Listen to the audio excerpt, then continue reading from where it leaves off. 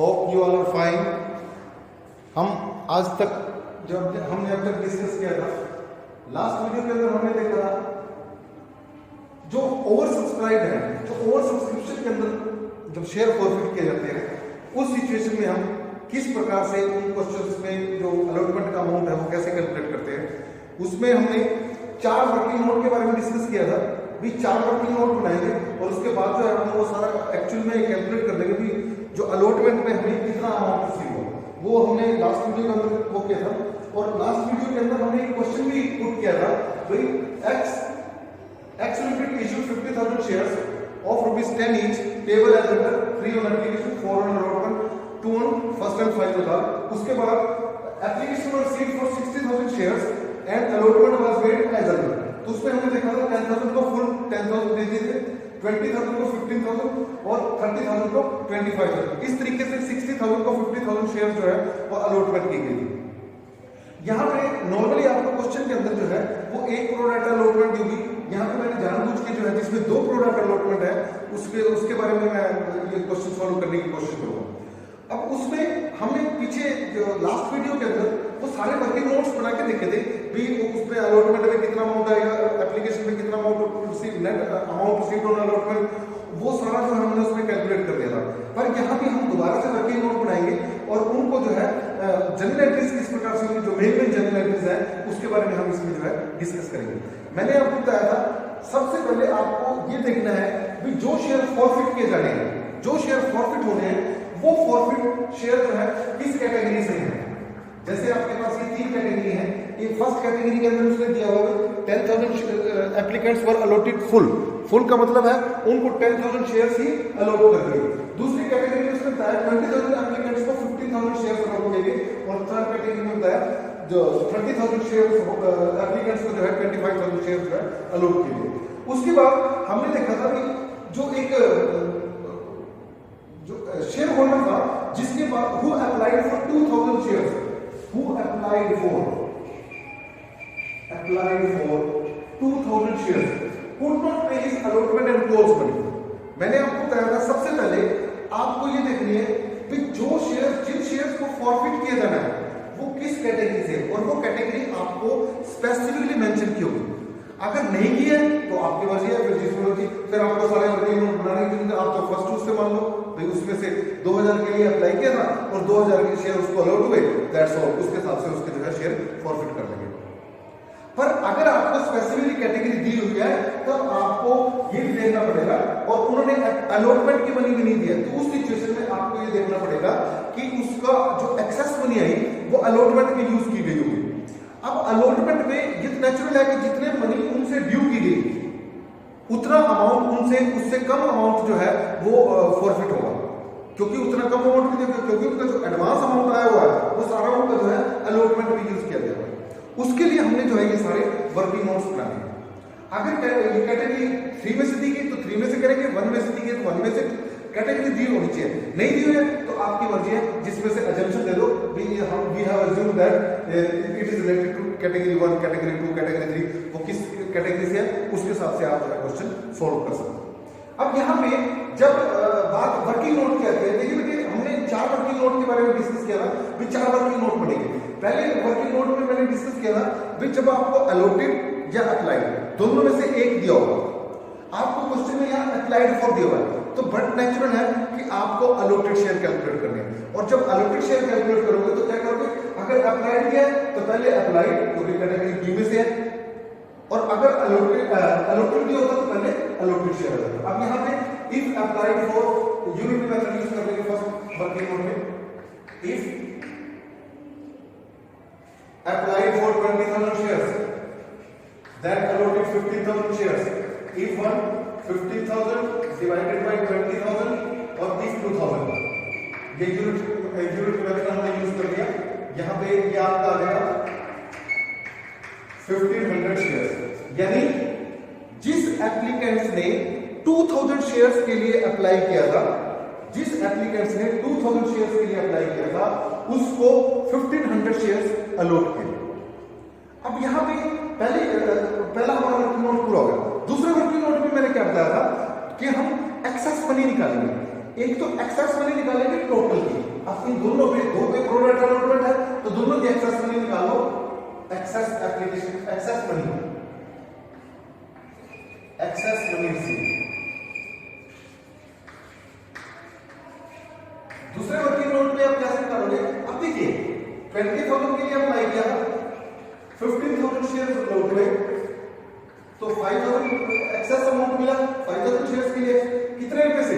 क्योंकि जो अमाउंट हो गया 342 यानी 3 रुपए के हिसाब से इन्होंने 15,000 रुपए एडवांस। ऐसे ही जो थर्ड कैटेगरी है उसमें 30,000 के लिए अप्लाई किया, 25,000 शेयर उनको लोड किए गए, 25,000 शेयर उनको लोड किए गए तो उनका 5,000 एक्सेस शेयर पे उनका अमाउंट आया 3 रुपीस के हिसाब से 15,000 ये, यानी टोटल जो कंपनी के पास रिसीव हुआ वो 30,000 एडवांस में मनी आई है, क्योंकि उनका सारा पैसा जो है आगे एडजस्ट किया गया। यहां पे आपको ये भी ध्यान रखना है कि वो एडजस्टमेंट की मनी वो कहां तक यूज की जानी है। अगर वो भी दिया है, वो कहते हैं कई बार excess money to be utilized only up to allotment and after that the money will be refunded. अगर उसके बाद ये एक्सेस बचते तो उसको रिफंड कर देंगे, तो उस केस में अलॉटमेंट के बाद ही रिफंड करना है। और नहीं तो वो क्वेश्चन में कहेगा कि अलॉटमेंट में भी आगे कोर्स में भी उसकी मनी जो है आगे यूटिलाइज करेगी, तो जहां तक होती है वहां तक उसको यूज करेंगे। अगर सारा कुछ यूज करने के बाद भी एक्सेस बचते हैं तो उसको वापस करेंगे। इस चीज का आपको जो है ध्यान रखना है। यहाँ पे 30,000 हमें जो है एक्सेस अमाउंट लिखी है। अब तीसरा वर्किंग नोट हम क्या बनाएंगे, उसमें हम ये देखेंगे जो हमने ये 2,000 शेयर के लिए अप्लाई किया था, इनको जो 1,500 शेयर अलॉट किए गए हैं, इन 1,500 शेयर पे अलॉटमेंट का कितना अमाउंट रिसीव नहीं हुआ, amount not receive on allotment on 1,500 share. जो आपके 1,500 शेयर है उन पे अलॉटमेंट पे कितना अमाउंट नहीं मिला वो हमें कैलकुलेट करना है। वो हम कैसे कैलकुलेट करेंगे? अब देखिए सबसे पहले हम क्या करेंगे, एक्सेस मनी निकालो 450 शेयर की। Excess money receive on 1,500 450 share.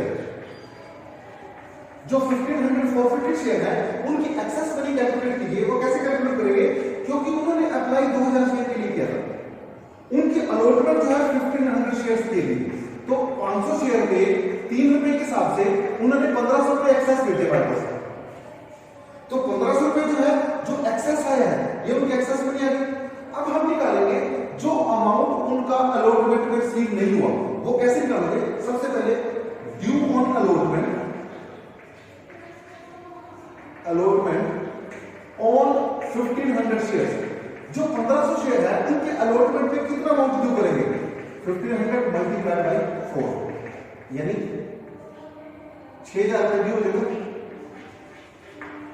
6,000 due हो जाएगा। अब 6,000 ड्यू में से लेस एक्सेस, इनका एक्सेस कितना मिला हुआ है? ये एक्सेस देखो यहां पे कैलकुलेट किया हमने 1,500 तो बच गया 45। ये आ जाएगा नॉट रिसीव ऑन 1,500 450 शेयर। ये 45 रुपए वो अमाउंट है जो 1,500 शेयर फॉरफिट किए गए उन पे अलॉटमेंट पे हमें नहीं मिला। अब हम लास्ट वर्किंग नोट में क्या करेंगे बेटे? लास्ट वर्किंग नोट में हम net amount received on allotment उसको कैलकुलेट करेंगे। वो कैसे कैलकुलेट किया जाएगा? सबसे पहले total amount due on allotment. Total amount due कितना करेंगे अलॉटमेंट पे? टोटल जो शेयर थे वो हमारे 50,000 शेयर है। 50,000 शेयर पे 4 रुपए के हिसाब से 2 लाख रुपए ड्यू करेंगे लेस एडवांस। अब ये एडवांस कौन सा? जो टोटल हमारे पास एडवांस आया है ये 30,000, जो 30,000 जो है इसमें से लेस कर देंगे। अब यहां पे 1,70,000 आ गया। अब 1,70,000 क्योंकि 30,000 तो हमें एडवांस आ चुका है, तो 1,70,000 1,70,000 ही आएगा। पर इस 1,70,000 में भी 4,500 हमें 1,500 शेयर होल्डर पे रिसीव नहीं हुआ, तो यहां पे लिख देंगे less not receive on 1500 forfeited share, जो 1500 फॉरफिट किए थे शेयर उन पे जो रिसीव नहीं हुआ 4500 उसको भी लेस करो। तो यहाँ पे 1,65,500 ये जो है अमाउंट हमारा जो है वो आ जाएगा। यानी जो अलॉटमेंट पे नेट हमें अमाउंट रिसीव हुआ वो हमें ये अमाउंट रिसीव हुआ 1,65,500। उसके बाद बेटे ये सारा वर्किंग नोट जो बन गया आपका, उसके बाद आपका 5 मिनट का क्वेश्चन। 5 मिनट का क्वेश्चन कैसे होगा? वो 5 मिनट का क्वेश्चन आपने कैसे करना है उसमें देखिए, सबसे पहले जो एप्लीकेशन की मनी रिसीव हुई, वो एप्लीकेशन की मनी जितनी रिसीव होती है आप उसके हिसाब से उसको देखिए। एप्लीकेशन की मनी जब रिसीव हुई है वो कितनी 60,000 रिसीव हुई, तो एंट्री क्या करते हैं? Bank account debit to share application. ये 60,000 शेयर के लिए आई थी 1,80,000 मल्टीप्लाइड बाय 1,80,000। अब इसको ट्रांसफर कर लो। जब ट्रांसफर करते हैं क्या करते हैं? Share application account debit to share capital account to share allotment account, क्योंकि एक्सेस अमाउंट अलॉटमेंट में ट्रांसफर करना है और वापस हमने कुछ किया है नहीं तो हम टू बैंक में कर देते। अब यहाँ पे टोटल मिला 1,80,000 है। शेयर कैपिटल अकाउंट के अंदर 50,000 से 50,000 मल्टीप्लाई बाई 3 1,50,000 से ज्यादा हम ट्रांसफर नहीं कर सकते। और जो एक्सेस हमारे पास 30,000 है वो एक्सेस हमारा 30,000 में सारा का सारा अमाउंट जो है वो अलॉटमेंट में यूटिलाइज करते हैं। जो ये 30,000 रुपये अमाउंट आया ये सारा का सारा अलॉटमेंट में यूज करते हैं। तो यहाँ पे 30,000 अलॉटमेंट करना, ये हमारा अमाउंट सी। उसके बाद आप नेक्स्ट एंट्री में क्या करोगे? जब अलॉटमेंट मनी रिसीव होगी तब क्या एंट्री करोगे? पहले आप इसको अलॉटमेंट की रिसीव की एंट्री करने से पहले आप अलॉटमेंट ड्यू की एंट्री करोगे। जब अलॉटमेंट मनी ड्यू करोगे तो आप उसकी एंट्री क्या करोगे? Share allotment account debit to share capital account. उसकी हम अलॉटमेंट की सिंपल एक एंट्री पास कर देंगे, share allotment account debit to share capital account. अब ये share allotment account debit to share capital account simple entry करने इसमें कितने से करोगे? क्योंकि आपने जो 50,000 शेयर है ये अलॉट किए हैं पब्लिक को, तो 50,000 पे 4 रुपए के हिसाब से अलॉटमेंट मनी 4 रुपए पर शेयर है, तो 4 रुपए के हिसाब से कंपनी 2 लाख रुपए ड्यू करेगी। तो ड्यू की एंट्री हम 2 लाख रुपए से दिखाएंगे share allotment account debit to share capital account 2 lakh रुपए। उसके बाद जब आप अमाउंट अलॉटमेंट का अमाउंट आप रिसीव करोगे, जब आप अलॉटमेंट का अमाउंट रिसीव करोगे तो उस केस में आप एंट्री सिंपल क्या करोगे? Bank account debit to share allotment account. Allotment account यहां पे आप सीधा डायरेक्ट जो है 1,65,500 1,65,500 और यहाँ पे स्टार डाल के ये वर्किंग नोट 4 जो है उसमें इंडिकेट कर दो। ये जो कैलकुलेशन कर रखी है वो वर्किंग नोट 4 में कैलकुलेशन कर। तो इस तरीके से आप इसको जो है आपको दोबारा से कैलकुलेट करने की जरूरत नहीं है। आपने एक बार वर्किंग नोट में कैलकुलेट कर दिया तो उसके बाद आपको दोबारा से कैलकुलेट करने की जरूरत नहीं है। आप इसको जो है इस डायरेक्ट जो है शो कर सकते हो। उसके बाद आप फर्स्ट कॉलम की एंट्री करोगे, share first column account debit to share. मैं इसको नोट कर रहा हूं, यहां पे फर्स्ट कॉलम की एंट्री आप करोगे share first column account debit to share capital account. जो करोगे क्योंकि share first and final call सारी की सारी कॉल जो है ये 2 रुपए की लगाई है, तो हम ड्यू करेंगे share first and final call account debit to share capital account. उसके बाद आप जब रिसीव करोगे यहां पे रिसीव के रिसीव को कर दोगे बैंक अकाउंट डेबिट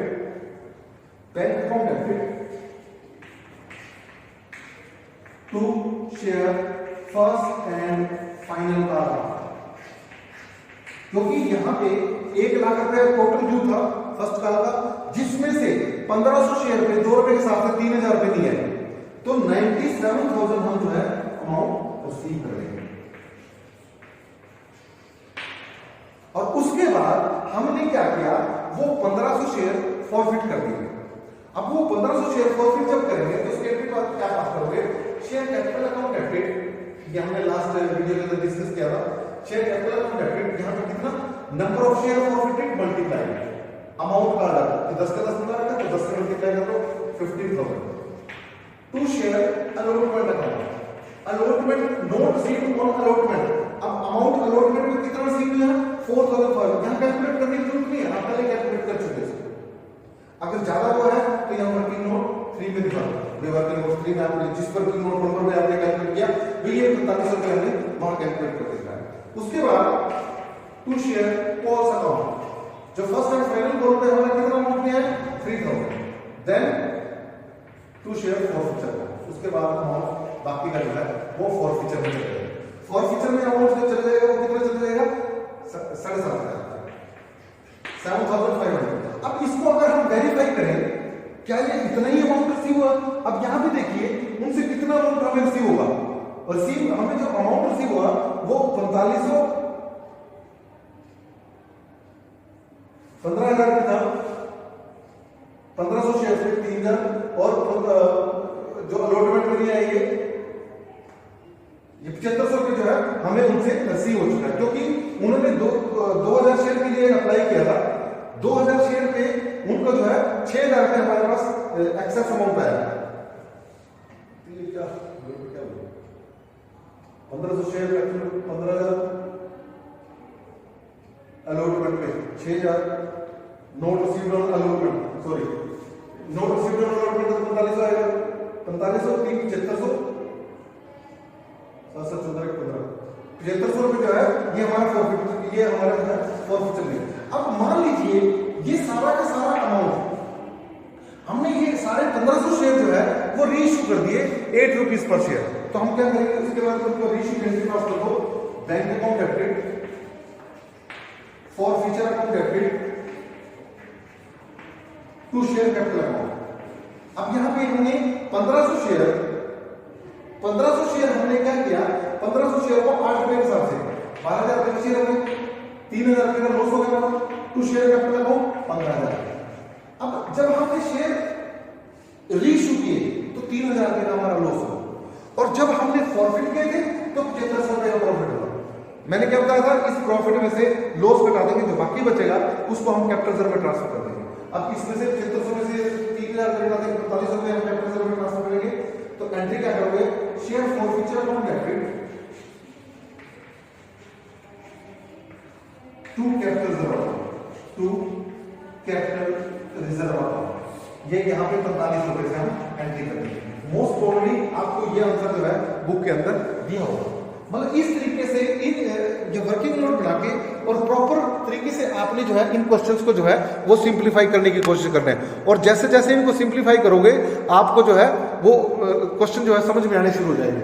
तो इनके लिए आपको जो है इनकी प्रैक्टिस जो है वो बहुत जरूरी है। प्रैक्टिस बहुत इंपॉर्टेंट है, जितनी प्रैक्टिस करोगे उतनी प्रैक्टिस जो है वो कम है। इसमें प्रैक्टिस जो है ज्यादा से ज्यादा आपको जो है इसके अंदर करनी है, और जहां पे देखो कहीं ना कहीं थोड़ा थोड़ा अपनी पॉइंट्स जो है वो आपको जरूर मिलेंगे।